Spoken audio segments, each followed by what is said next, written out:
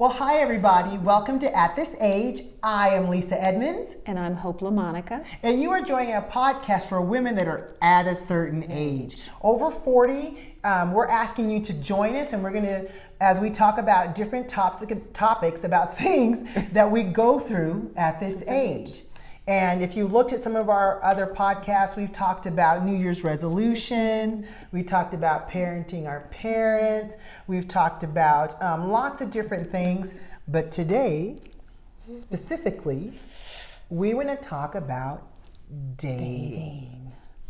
Now, for me, Hope and I both, we were both married for 25 years. And so when we dated, it was in the 90s, right? I got married in 88. You get dated in, okay, I got married in 94. So we were both dating in that same season. And dating is a lot different than it is now. Yes. So listen, what's your phrase, Hope, that you use before you talk about particular things? You've been warned. I just love that, you've been warned. So this is just part one. This is part one of dating at this age. We're going to have several other pieces to that, but you're going to hear Hope say that you've been warned. And as we stress that, and we will stress that, we're really hoping that you're not watching this with your kids. With your 10-year-old. Or yeah, with your 10-year-old, or you're not watching this loudly in your office, right? This is more something that you're sitting in your home or maybe in your car. That we would prefer that you listen to, because we don't want to educate anybody. That shouldn't be educated. That shouldn't be educated. So with that thought, once again, I want to say that Hope and I are not experts, right? We are just two women living life, having these experiences, and wanting to share them with you and have a dialogue about them. You might want to chime in the comments, or something like that, or message us about something we've said. We are not giving concrete what advice can I say? Listen, don't run out and do these things. You know what I mean? We're not telling you what to do. Yeah. We're just telling you what our experiences have been. And so how you choose to govern your life in this manner is totally up to you. But it has been eye-opening, to say the least. Being women whose last dating experiences were in the 80s and 90s, to be in 2020. And what dating life is like. So, first of all, how did we even get to dating anymore? Like, we don't hit the clubs, we're beyond that. I'm in bed by 10 o'clock. 9:30 on most days. Right. How do you meet people? So, we both know, I was married for 25 years, and so here I am, 43 years old, and going, I want to start dating now. I want to see what's out there. Well, I'm not going to the club. Everybody's like, oh, go meet someone at church. Well, you don't want to, what is that? You don't want to eat where you play, where you, wherever that's I always thought you don't poop where you sleep. That's it. Well, oh my gosh. So I didn't. So dating can be relative to poop. It has its moments. But so I didn't want to date someone at my church, and then church people. And they may have known you to be married, right? They know you as that married person. So that transition, right? So that was that, and then they're like, "Oh, hope you can meet people at the grocery store." So then my daughters informed me that, "No, mommy, you have to go online and meet." That's how we date nowadays. And that's okay, because when online dating started out, honestly, it's where you go to die, right? Because people were like, who you're going to meet, it's going to be creepy, they're going to kidnap you. There was this huge fear. Fear that you're going to get chopped up and put in someone's freezer. Like if there's duct tape on the guy's truck, this is not going to go well. Red flags, that's another segment. Well, I'll explain to you the red flags of how to look for those. But so it was what? So now, okay, I'm going online. So there's, I don't want to give any plugs, but we've got Match, we've got Our Time, we've got Plenty of Fish, and there's a reason they call that Plenty of Fish. I'll just leave that one alone. So all Tinder's out there. Tinder is FarmersOnly.com. Black people meet. Ooh, silver singles or silver singles. That's in there. There's got to be 100 websites out there of some type of format. And for any type for any type, whatever you were looking for. So then you've got to create this profile and tell about yourself. Once you decide that you want to do this, then take the pictures of yourself. So it's a lot of work. It's a little invasive. It's a little invasive. Mm-hmm. And then I have a problem. It's like, I don't want to sound narcissistic, and because they do want you to brag about yourself and tell all of those things, and you've got to take pictures, and not pictures in the bathroom. That's a whole nother story. It's very 20s. You don't do that. No. So I got all that done, and so I'm excited because I'm getting all these hits. So I was like, okay. So I was getting them mixed up, the guys, because I was getting so many. Girl. So I think that's something to brag about. So I was getting so many hits. I didn't say they were good hits though. But anyway, okay. So I got, this is I'm newly dating. Mm-hmm. So I said, well, how do I keep up? So I made an Excel spreadsheet. Hey, that is smart. Organized and excellent right there. So I had them, if I liked their voice when I talked to them on the phone, did they have children, how many times they had been married. I mean, I had it mapped out. I was like, I'm going to get this right this time. Yeah, I'm still single, Lisa. 7 years later. Like so much for that stupid spreadsheet. So it's very different. It's a kind of a different world. I probably about a year ago, I said, okay, let's just see what's out there. Mm-hmm. You know what I mean? I finally kind of got to this point to where I felt settled and just curious. And again, if you saw our podcast about divorce, it was a whole other dynamic once Olivia left. Mm-hmm. And it was just me, and I had this free time, and I like to go do things. I thought, hey, it'd be fun to do those things with other people. And so I picked one of the many online dating sites, created a profile, paid their little introductory cost just to see what would happen. That's probably why I haven't met anyone, because I don't pay that to the fee. You don't pay the fee, so that you can get all the messages and learn. Well, listen, so I'm just gonna, and Hope's gonna give into hers too. Here's the first thing I learned. Everybody's talking to a lot of people. Yes. Right? Yes. So you're not special. Mm. Just to let you know, you are one of, if you made the cut enough to actually get down to phone conversations. Right. And that's why you have the spreadsheet, so I didn't get their information mixed up, their names, and saying, so wait, your child is... Or you named somebody else. I've done that. I've done that. That was kind of bad. Yeah. Because first, when I first went into it, it was one at a time, and then I think I'm coming off like kind of weird because I'm expecting this attention, and that's definitely not what they're doing. They're not talking to just one woman. Right. So you need to talk to more than one man. So I thought, okay, and it all starts out, if you don't give your phone number, you can use Messenger, you can use different communication apps and things like that, so they don't have to have your personal phone number, address, or anything like that. You can do Messenger through those apps and through those websites, so they don't have to contact you directly to your phone. Sometimes, if they seem nice enough or normal enough, and they're not asking for naked pictures, and they're not asking for pictures of your underwear, or if they're not asking you, how cute are your kids or something like that, because there's something very creepy when you start asking about my daughters. And they actually make it past maybe a few days of messaging. You might go, okay, I'll give you my phone number so we can text. And then, but that, and I don't know if you have some things you'd like to talk about that, because it seems like that seems to turn south pretty quickly too. So, and like Lisa said, so I always would go that route where I would message for a few days to see, because you can tell a lot about a person. My biggest pet peeve is don't abbreviate 3-letter. It's already a 4-letter word, and you're making it You can be Y-O-U. I don't need the...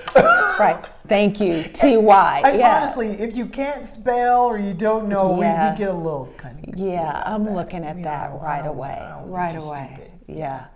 So I look for those things. And then my next thing is, before we even go out for coffee or a date, I need to have 2 or 3 phone conversations with you. Yes. One is, do I even like your voice? I know that's shallow. I'm shallow. You were warned. It's okay. You were warned. She gets to pick. She gets to pick. It's I get to pick. She gets to do that. Yeah. If you're going to listen to a voice for 20 years, you got to like it. You got to like it. So if you sound that. like you're a grown man and you sound like Minnie Mouse, it's not happening for me. So, you're just, I can't. There was a guy I dated, and I put him off for the longest time, but he was so country. And I used to have him text me because I couldn't understand what he said on the phone. Oh, yeah, that's a bit something. That's a bit something. something. And you kind of need to also know that they're going to, unless you specify that you want them within a certain mileage or things like that, you're going to be hit from other states, maybe even some other countries. Yes. Watch the ones from other countries. I don't even. Because they're looking for a visa. Yeah. They're looking for a visa. They want to be on 90-day fiance. Yeah, they want to be on 90-day fiance, something like that. I'm just telling, let's just write those off. There are no Nigerian princes out there looking for specifically you. Right. That's just the bottom line. And here's another thing, Faith, and I know you can attest to this. The guy that says, I'm widowed, I have this kid, I live, I'm an American contractor, but I'm in this foreign country. Listen, there may be some people out there that's actually true. 95% of them are not true.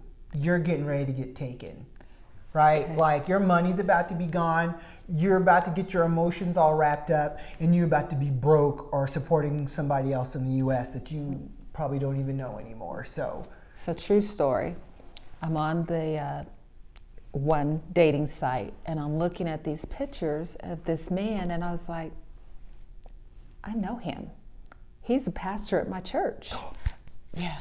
Well, he used to be a pastor. Really? He used to be a pastor at my church. Okay. So he can find love too. So I'm like, judgmental. And there was a picture of him and his wife, and the picture said, "This is my sister." And I was like, oh. And the picture with the kids, and he's like, these are my kids. I'm a widow. Shame. I'm a widow. And I'm like, shame. But he was a American contractor overseas. And I was like, well, I know this pastor. So I had his phone number, and I texted him, and I said, hey, are you on this site? And he was like, no. And so I knew it wasn't him because I'm having a text message going on with the person. I said, well, this guy has went on your Facebook page and stole your identity? Stole your identity and all your pictures. Because I was like, y'all, you should be shamed. But okay, he got robbed. He got robbed. So be careful with that. Those are things that you have to look at. Yeah, they may not be, who they say they are. Yeah, I've heard someone say, oh, I'm here. I'm like, take a picture now. Take a picture of I've been suspicious enough to say, take a picture of your hotel. Take a picture of the newspaper. You know what I mean? Take a picture of, because they're not where they say they're at. They're not. Or who they say they are. Right. So those are things that when we were dating back years ago, that we didn't have to worry about those things. But now those are all things that your safety, I always tell people your safety is so important when you're dating now, and especially when you're online, because people pretend to be something that they're not. They do. They're not. And you know what? It's like it with anything. You hear people say, or you tell them, I date for a long time, really get to know somebody, especially when you're doing online. Over-communicate. Communicate, you know what I mean? Make them tell you, make them talk. I don't care if you go a month during text messages. That's not bad. Right. Because you need to know the ins and outs of this person. So I'm going to give you an example. You have been warned. This stuff happens. So, I won't use his actual name, but his handle name was Special K, right? Oh no! That was a look like she has encountered Special K. I bet you, oh my gosh. I don't know if we should talk about this on camera because we just found That looks too familiar. Go ahead. We'll talk later. Okay, so his name was Special K, and I can't remember, it might have been Match or whatever, and I'm talking to him. And he seems like an okay guy, and he's just up in Denver. Oh, it might be ringing bells. He's just up in Denver, and we're talking, and he goes from 0 to 60 in like 4 conversations. You know, I mean, he's seen my pictures, but here's the thing, right? Here's the thing on these dating sites. You can see who has looked at your pictures or profiles and how many times they visited your site. Oh my gosh. This joker was looking at me and my pictures 2 and 3 times a day. Makes you wonder. Sometimes at like 1 in the morning. Nothing good happens after. Nothing good happens after midnight. Midnight. So I'm looking, and when I get on, I'm like, this dude is seriously trolling my profile. But okay, maybe he's just, you know, really interested and stuff like that. And then he calls me back and he's like, well, just like this. I think you're really special, and I think there could be something. He goes, I've been looking at the picture of you. I did take a picture in my bedroom, just standing, you know, full body shot, but there was a picture on a scripture on my wall, and he's like, ooh. He literally did that. Ooh. And he says, that was the love scripture. And I was just thinking, how much how much I could love you and how much this could be forever. And I was like, Special K, but I addressed him by his name. I've physically talked to you 3 times. I need you to just relax. We're getting to know each other. So we go to set up, you know, we talk a few more times, and we go to set up to meet for coffee, and he can't make it. That's okay. But then when he calls me back and he says, I know you just don't want any drama, and I hate to inform you of this, and I don't want you to think any less of me, but my mother lives with me. Whose name is on the lease? That's what I want to know. Don't be telling me your mom lives with you if her name is on the lease, right? But he says, oh, she lives with me and I've been taking care of her, which starts out very admirable. He's like, she got in an accident years ago and has some brain damage and stuff, and she accidentally overdosed herself and I had to look after her. And I was like, well, yeah, you know, you have to look after her. And then he was like, yeah, but it's time to live my life. And I was like, and he went off on his mom. Now, his mom had been in an accident. She had suffered some brain damage. Her husband died in that accident, and she needed real care. And so I guess he was the one that had to supply it, but he resented it. And he was like, I love you, and I'm putting in a transfer for my job, and I'll get rid of her if you want me to. I will get rid of her. And I was like, I'm looking at my friend, I'm like, call 911. Mama's in danger. Mama's in danger. He about to take this little old lady out. He don't know me from nobody. I was like, for the sake of your mom's sake, I'm out. No, you don't know how I feel about it. I said, dude, you have never met me, but you're the one. And I was like, yeah. Okay, well, go look after your mom, Special K, and I'll talk to you later. Block, block, block, block, block. And I prayed. Some of you are going to judge me right now, but, you know, I didn't know. I wanted to call social services for his mom, but I didn't know where he lived, and I didn't want to find out where. So I prayed to Jesus that he would protect her and that she's still alive today, and maybe with a family member who could appreciate her more, and that, you know, that wasn't a Norman Bates type situation and she was going to be found in a rocking chair skeletons. I just was saying. So, hope. Hope. And I think if this is the same person, he's since then put her in a nursing home. Oh, maybe so. Yeah. So there's good and bad with dating online. Trying to check something, yeah. I can just say that much. There's good and bad, and we'll talk about that more during the coming Yes, weeks. yes, we're definitely, this was just part one.